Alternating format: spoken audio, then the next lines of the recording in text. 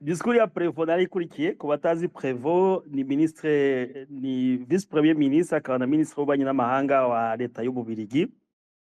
Ntabwo ari ibanga leta y'Ububirigi ishyigikiye leta ya Kinshasa na leta ya Bujumbura muri cadre yo kubafasha guhangana na leta ya AFC M23. Ngira ngo hari n'ibikoresho byinshi byabonetse kuri tere byerekana ko byaturutse kuri leta y'Ububirigi. Nibigira ndagusuhuje nshuti n'abandi murakoze kuba muri aha ngaha. Alors, Prévost rero ku batamuzi aba mu cyama cyitwa Les Engagés. Les Engagés ni icyama kiri muri coalition muri leta y'Ububirigi hamwe na MR. Alors, Les Engagés ni icyama cyari gito cyane kugira ngo kigere rero ku butegetsi. Babonye support ya Tshisekedi, niwe wafinanshije abadepite bose ba Les Engagés, yabishyuriye amafaranga na kampanye yabo, bituma rero Les Engagés babonera poste ya vice premier ministre, ministre des affaires étrangères, bona n'abadepite n'abasenateri barabitwa ba Lydia Mutebele ba kompanyi ise wa ntuza wa kompanyi ntuza nani coach wa equipe ya Anderlecht yo mu Bubiligi.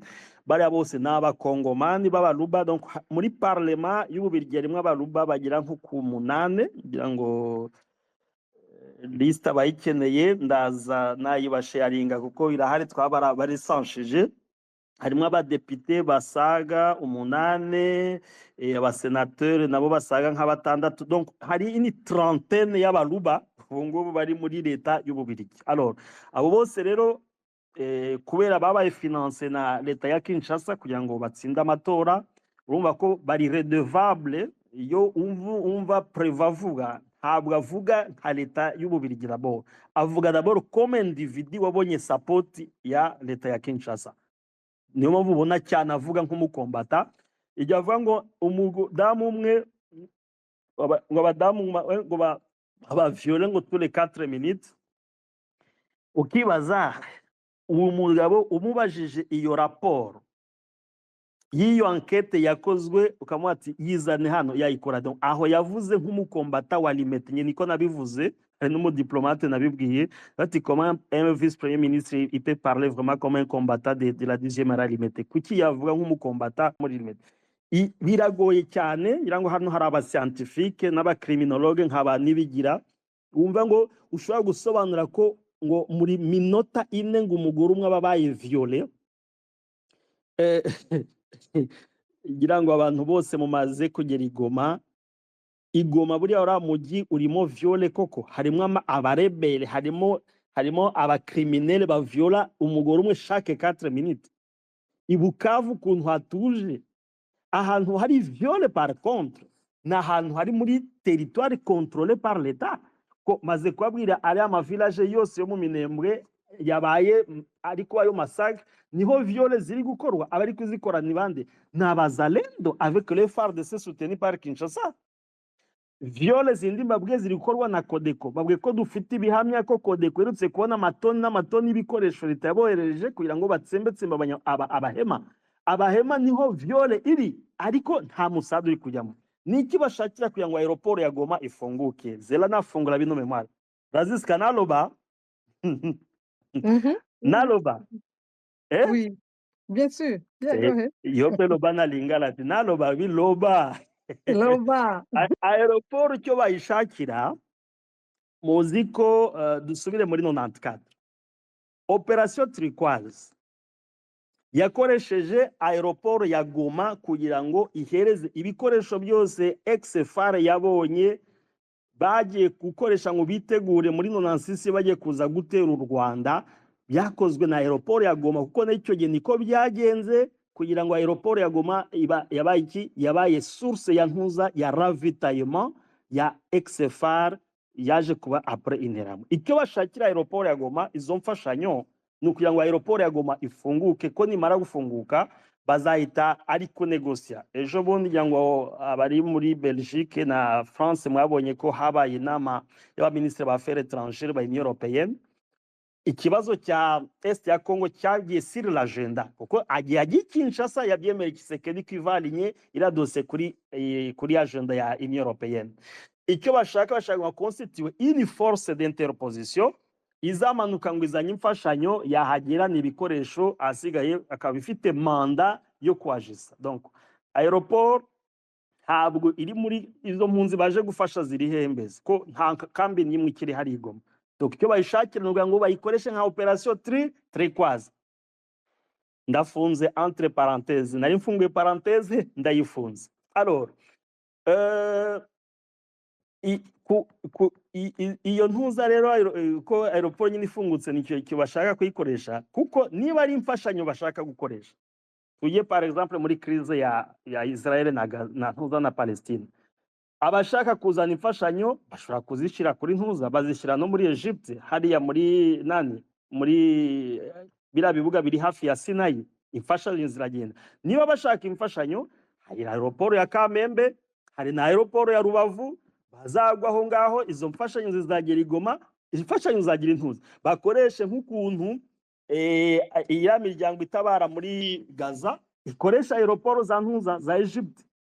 Aeroport za Egypte n'ibikoresho bigwa bakayina bakabibashyanira. Nabo rero niba bashaka kugira ngo bayikoreshe ntabwo ngo yafise M23 basubiza uko ariko nge niko mbitekeza nk'umushakashatsi kuko yisaha gufungura aeroport ya Goma bango mumenye ko operation Turquoise zabitangiye kandi ntambara yazahabera noneho yazazana amadega akomeye cyane. Ce n'est pas le moment que l'aéroport ya Goma igomba gufungurwa kubera umutekano w'igihugu cy'abaturanyi kiri vize d'abord kuko nicyo kiri vize cyane n'amahanga akeneye nyine ko agifite ipfunwe kubera batashoboye ku supporting umugambi wabo wo gutsembatsemba wa genocide. Bacyumva ko bakeneye ko haba indi genocide bakumva ko bakoresha aeroport ya Goma kugira ngo babigereho ariko nyizere ko batazabigeraho ko byo byararangiye yo fini iyo ni inzozi barimo ariko aeroport ya Goma icyo bayishakira nicyo bayikorero operation Turquoise. Donc niyo mpamvu bavuga rero ngo hari za viole nyine baje gufasha abagore baba viole baje gufasha bari Ituri baje gufasha bari Minembwe bari kuba viole baje gufasha babani nababwiye ade final iri kwica hariya muri Beni na Lubero hana communiqué Ubirigi bwigeze bukora yaba Ubufaransa yaba Union Européenne ariko bo bakeneye gusa ngo ni aeroport ya Goma mwamaze kubyumva iyo bayikeneyeho. Abo badamu rero baba viole ntabo Raziska abo yisaha nkubwira Goma ni umujyi utuje ngira ngo muri Congo si ya une ville vraiment ifite amahoro isaha ni Goma.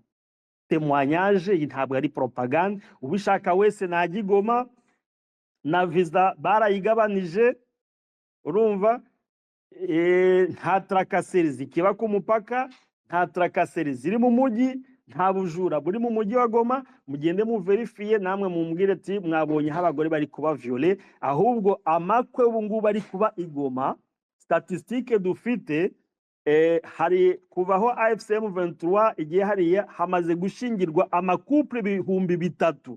Iyo ni record itari yakabayeho kuvaho leta yari hariya 3000 mariage zimaze kuba celebre igoma. Hari n'abamafamiye babana kera bari barabuze ukuntu bashingirwa ubu ngubu AFC M23 ya liberalije ibintu bya mariage hari 3000 mariage ni record imaze gukorwa na meri ya Goma itarigeze bakuva leta ya Kinshasa iri hari. Donc urumva ko ni propagande muri cadre yo gusebya ariko abo bagore bari viole Goma ntabo ni Bukavu ntabo ahubwo bari kuba viole muri territoire ni Kinshasa ni Lubumbashi ni Kisangani ni Zaituri aho leta ya Kinshasa iri kandi aeroport nongeye kubisubiramo cyo bayishakira no bayikoreshemo operation Turquoise bamanure intwaro hanyuma bakore ni force d'interposition Union Européenne ariko umugambi nizere ko batazawugeraho. Murakoze Raziska ngiyo commentaire ncubije nk'umushakashatsi pana nk'umunyepolitike kuri cyo kibazo cya aeroport n'ikibazo cya discours ya Prévost sobanura by'ama viole muri territoire iyo icontrole na AFC M23. Murakoze.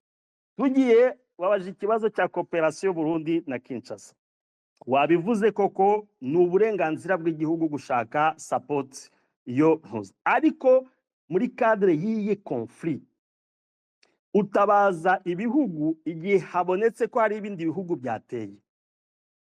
ni naho abapolitisi bari kuvuga ngo l'occupation ikorwa n'ikindi gihugu aho uburi kuniya ko hari presence ya AFC M23 ifitanye amasezerano noneho na leta ya Kinshasa none yasinyanye n'aba étranger isinyanya nabo nk'abande niba isinyanye nabo nk'aba de Congolais c'est une crise de Congolais icyo gihe y'Uburundi bwinjiyemo ni violation des droits internationaux ko bivuze ku makuru mfite hari abantu bazi ngo intambara ntizarangira igiye kurangira muri foroma mbabwiye Uburundi niba ntuza nyumva chef d'état major Prime mon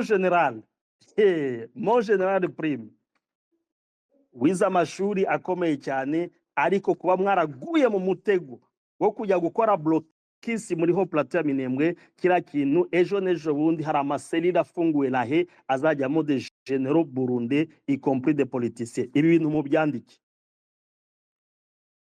sinzi geopolitique mwize sinzi gisirikare mwize niba mwarakurikiye amafaranga ya Kinshasa muzabaza abantu bagiye muri maselile intuza Bemba ajya gukora amanyanga yo muri Centrafrica Bemba yamaze imyaka 10 ningahe lahe ntabwo yazize ibibazo bya Kongo yazize kubera yagiye akora amarorerwa hari abangwi bagiye gufasha Ange Felix Patasse Bemba il en a payé très cher bisubiyemo ko General Prime n'ingabo zawe ba officier baba mariste yose tarazwi bira bintu mutabivuyemo ejo vous allez vous retrouver dans les cellules à la haie ibi ndabivuze nk'umushakashatsi ko mbifitiye amakuru afatika cyane Uburundi bwagiye mu kibazo bwaje muri EAC bagombye gusigara muri iyo forma ariko kumva ko mukeneye amafaranga cyane ngo $5000 kwishura buri musirikare mukayarya muzajya kuyishura n'abana banyu muzayishura lahe ibi ngibi mu byandikiye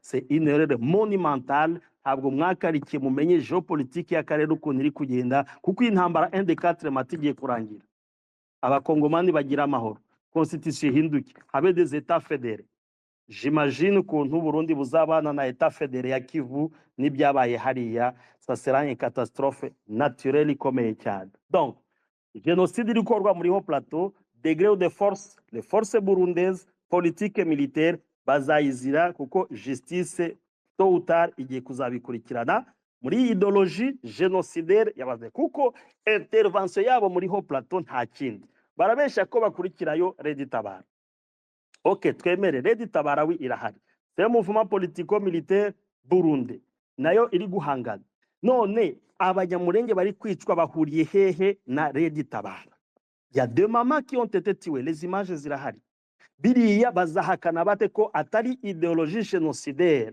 yamaze gufata Burundi ije gukora épiration no gukora des cas de concentration contre abatutsi abadede mwange mukunde iki kintu muzakibazwa ntabwo ari oxygene ngo top kibiza kibabaza ariko giye nk'umushakashatsi nabati mushatse mwabivamo hakiri kare ibyo mwakoze birahagije mais demain ou après demain lahe amaselile arahari arafunguwe il y a des généraux et des politiciens qui vont se retrouver là-bas muri kuburana amapingu ku maboko tubareba kuri televiziyo tuzaba twisekera twebwe gusa kandi mwaragize igihe cyo kuba mwarabiretse nibigira ngwiyo amakuru mfite na analyse kuri coopération y'u Burundi na Kinshasa d'ailleurs hari n'amadeni yemwe babafite batari banabishura ariko degré de force la justice va se faire iyi génocide irikorwa abanyamurenge les officiers burundais bazwi tayari il y a déjà au moins 7 bari kuri liste ils vont se retrouver à la haie bazambikwa amapingu tuzabakurikira kuri TV5 bari kuburana 1 de 4 matin murakoze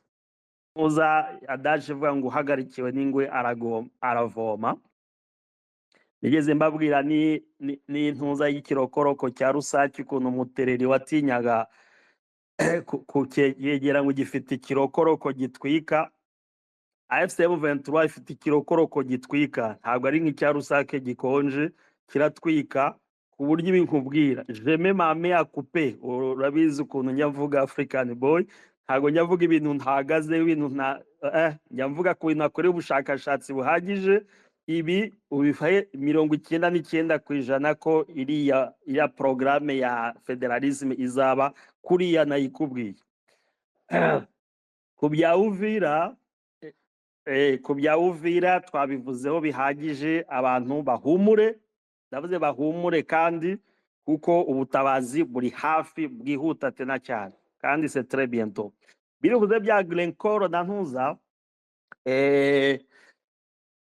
hobe nibadufasha muzategura ikibazo ku byerekeranye n'amaminere ya Congo, basobanurire biriya bavuga ngo ni pillage de minere, bazanire noneho bira ngo sinzi muzashake kibe kuri Zoom ko musari projection zabahereza, murebe amatoni aca Kasumbalesa naca kuri port ya Mombasa naca kuri port ya Dar es Salaam, muzarebe muzamenya pillage ikorerwa hehe, niyo Ntuza iyo narrative yazanywe nande ya ivuga ngo za minere. Hagiye bwangu byihuse muri Nord Kivu hariya minere zose zihari zicukurwa nko bivuze zira Alpha Mine na Glencore, naba Sud Afrique, naba Canadien, n'Abongereza n'Ababirigi nibo batwara minere zose ziri hariya. Ariko bitangaza kwerekana ngo n'u Rwanda rupia minere iri hariya.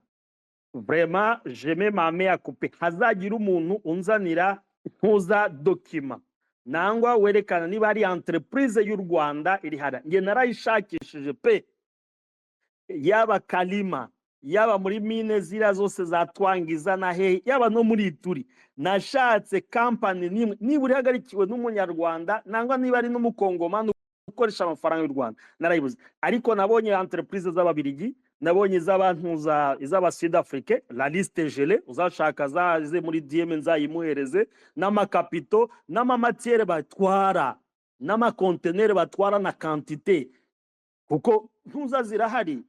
Uzajya hara kuri port ya Dar es Salaam na port ya Mombasa birahari. Entreprise z'Abashinwa n'Abashinwa bahari, n'aba Sud Afrique, n'aba Canadien, n'Abongereza n'Ababirigi, niyo nabonye muri Nord Kivu batwara de minere. Ala iyo ngiyo nangwa muzanshakira umuntu uvuga koko birati comme ça tuzagira un débat scientifique, nzane de preuve zanjye nize, kuko niba dukomeje gukoresha ibintu bya propagande ntabwo nkatwe jeunesse Raziska Hobe tuzakemura ibibazo bya hariya, natwe tuzagwa muri Ntuza imitego aba propagandiste bakuyemo bikazana amahano yaje ya genocide yabaye mu karere kacu. Non, nous devons être au milieu du village, tugatanga makuru atarimo propagande y'ukuri. Uza iyo societe y'u Rwanda ipia Masisi, Urucuru, hehe Kale, kuki minere ziri Katanga niho hari 80% ya cobalt y'isi, ko nta ntambara iriyo, ko nta ntambara iri Kale Ntuza iri Manono, ariho hava lithium, ariho za AVZ ziri n'andi ma entreprise y'aba Australien batwara Ntuza lithium, ko nta ntambara ihari. Ariko intambara ikaba Masisi na Rucuru. Irucuru ni yihe mini bayo? Iyo minere bavuga batwara Rucuru na amajagi, muza amajagi n'amabuye y'amakoro. De territoire ya Rucuru nta nahantu wakura nibuye ibuye ry'Isarabwayi. Hanyuma ngo yade minera Bunagana, Ibunagana ni hiwacu, Ibunagana nibuye ry'Isarabwayi ntiwaribona. Iyo minere ya Bunagana ya Rumangabo iva hehe? Ini parti ya Rucuru ni parke ya Virunga, ivuye hari Ikibumba ikagera Mayamoto, ikagera Mayamoto, sibyo?